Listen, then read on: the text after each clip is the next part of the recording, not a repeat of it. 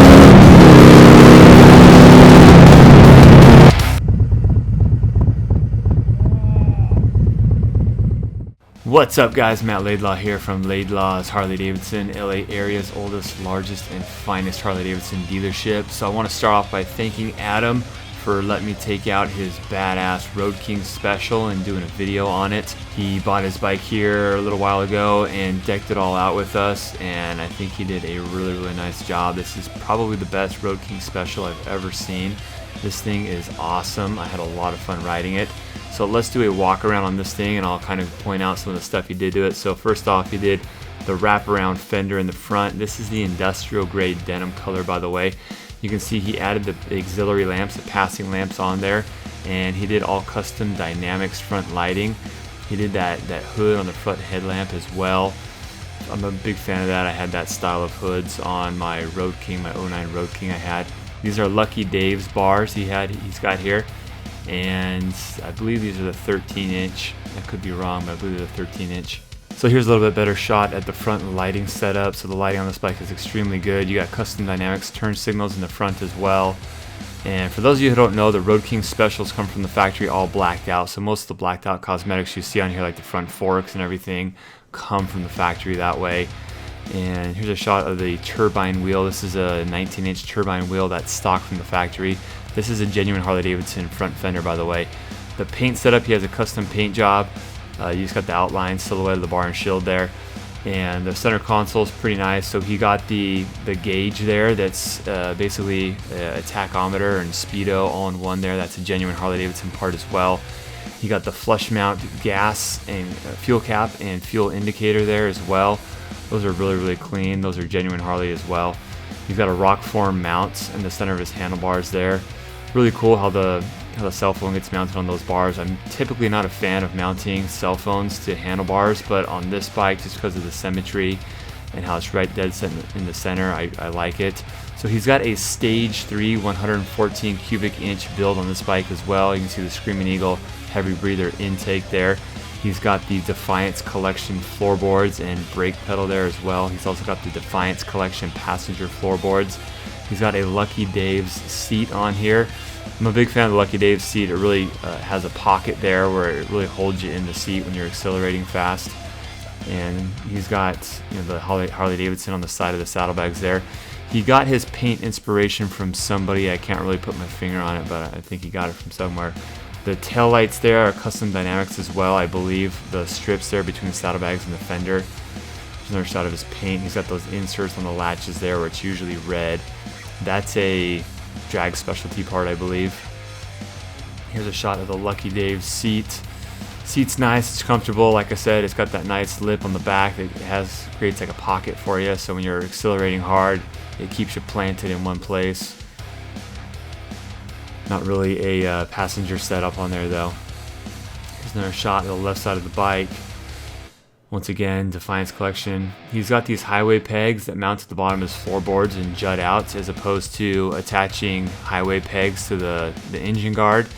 Highway pegs are definitely a unique setup. I think I've seen those once or twice before. I'm not sure who makes them. Adam, if you could maybe comment in the comment section and let me know who makes those. He's got CFR exhaust on this, so stock header pipes and CFR mufflers, which sound extremely good. I'm a huge fan of the CFRs. They've got this really nice deep rumble to them. And another thing that he did to this bike is he got the entire thing ceramic coated. So ceramic coating is almost like a additional layer of clear coating on top, and it's just thicker and stronger, and it makes it so you're not going to have susceptibility to scratches and bird droppings and the elements and everything, and it wipes clean a lot easier. But yeah, you got the whole bike ceramic coated as well. He's also got Legend suspension on this bike, front and rear Legend suspension. He's got the air ride in the back. On the left hand control there, you've got the switches. So I'll have him start it up here.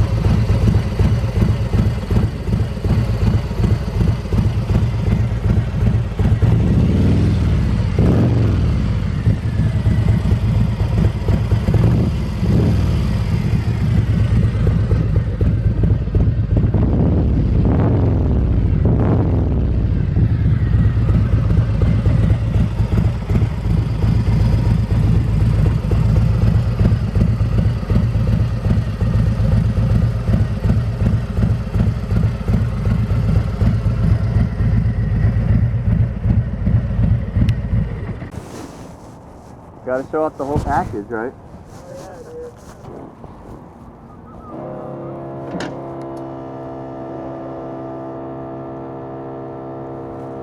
Yeah, so you're gonna, I find it the most comfortable when you sink like an inch down.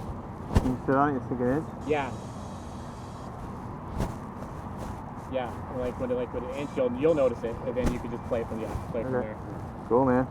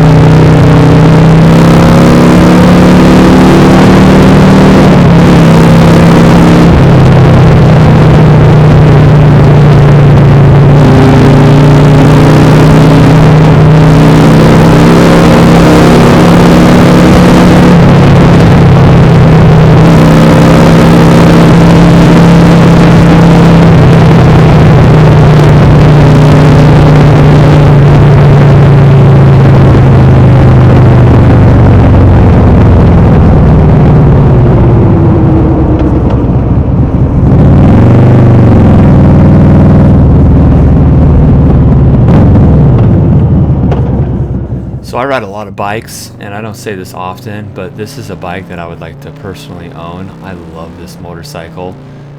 He did a great job at, you know, the things that he did to the bike, and just everything from, you know, the Stage 3 kit to the bars, and just the whole setup is just it's just an awesome bike. The exhaust sounds amazing.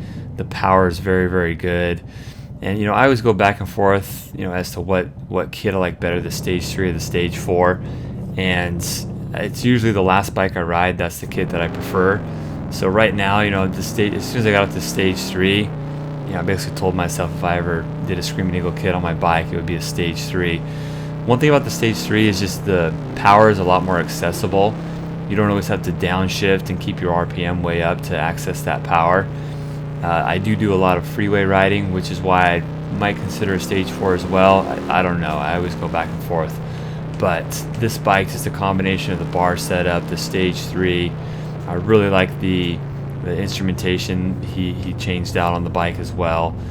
And just everything, it was a really, really fun bike to ride. So yeah, I had a blast on this motorcycle. Just everything from the rock formed cell phone mounts on the handlebars, just everything was really, really cool, really well done. I gotta apologize to Adam. When I got off the bike, I said, you know, if there's one thing that I change is I feel like the front end was kind of heavy. And at first I was wondering, okay, did he put a different wheel on here which made the front end heavy, but he didn't. And, you know, I said, wow, it must be the suspension or something. So really what it is the bars. With this narrow of a bar, you have less leverage on the front end. So the front end, especially at slower speeds, felt a little bit heavy. But now that I know that it's just the bar setup and just a leverage thing, it really doesn't bother me as much. It's just something you just got to get used to, because the Lucky Dave's bars were a lot of fun on a Road King. If I ever did a Road King again, it would probably be some type of a T-bar setup like this. It might even be the Lucky Dave's, I don't know. But I just really like this style right now. So yeah, the Legend suspension felt really, really good. Good tip from Adam to lower it down a little bit so you had a little bit of sag in it. But yeah, it felt good. And the Legend suspension in the front felt good as well. So the bike was real solid on the freeway, and just the power was great. For those of you who are thinking about doing exhaust, don't do a true dual header pipe. If you do a true dual header pipe, you're gonna lose power. He kept the stock header pipe and just did slip-ons, and the bike ran great. So I'm pretty sure he's got the Pro Street tuner and the auto tuner on here as well. Yeah, that combination with the Stage 3, this thing was just a beast, man. It's just a lot of fun to ride. I'll throw this invitation out again. If there's any of you that subscribe to my channel that think you have a really cool, unique Harley-Davidson that you want to get featured in a video here on my channel, please reach out to me at mlaidlaw@laidlawsharley.com. Send me an email, send me some pictures of your bike, and if I think it's something that a lot of people would be interested in checking out, then I will do a video. And if you're looking for a Harley-Davidson in Southern California, please reach out to me or one of my sales guys, and we'd love to earn your business on a new Harley-Davidson. And if you're looking to do something cool that's real custom like this Road King, then reach out to us as well. There's really not much we can't do. We do a lot of custom bikes out of our shop. Thanks a lot for watching, guys. If you have any questions, then please feel free to leave them in the comments below. If you liked Adam's bike, give him a thumbs up. And yeah, give him some props. Thanks a lot for watching, guys, and take care. Bye-bye.